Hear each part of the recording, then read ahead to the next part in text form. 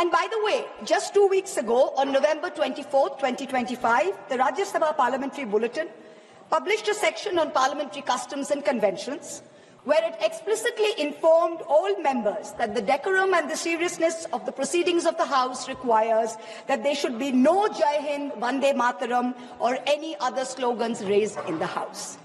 So Vande Mataram, in your view, as of last week, placed on record in a parliamentary bulletin as a slogan that was both indecorous and non-serious.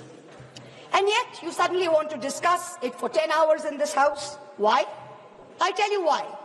Because, no doubt, some half-wit BJP IT cell minion has probably advised you that the Vande Mataram card, if played right, will give you an advantage to the BJP in the 2026 Bengal elections.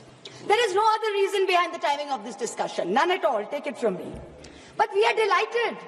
We are delighted not only to be able to get this fabulous opportunity to give you a lesson in history, but also to demonstrate to you that how delving into Vande Mataram will only prove how removed you are from the soul of Bengal, from the psyche of Bengal, and how our Ma will never be hostage to your narrow electoral goals. Yes.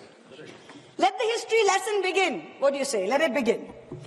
Bankim Chandra Chattopadhyay's two-stanza hymn, Vande Mataram, was first published in the literary journal Bongo Darshan on November 7, 1875. At that time, there were no patriotic societies or nationalistic organizations to speak of in India, except for the Indian League in Calcutta, which was founded by some patriotic Bengalis, Shishir Ghosh, Anand Mohan Bose, Surendranath Banerjee, to rally public support against British colonial rule. The RSS and the BJP were nowhere in sight. The RSS was formed 50 years later, in 1925, and the BJP was formed 105 years later, in 1980. And incidentally, the ruling party, the Sangh Parivar, do not sing Vande Mataram. I remember this hilarious episode in 2017, I think it was, on TV, where there was a BJP spokesperson called Naveen Kumar Singh, and he was asked to sing Vande Mataram. He was looking at his mobile phone, and even then he couldn't sing it. गर्मियों की छुट्टी होने वाली थी, मेरे पापा आने वाले थे, तो हम लोग सभी खुश थे, तो मैं बेड पे चढ़ के डांस कर रहा था, लेकिन वो पहले ही आ गए। फ्रीज।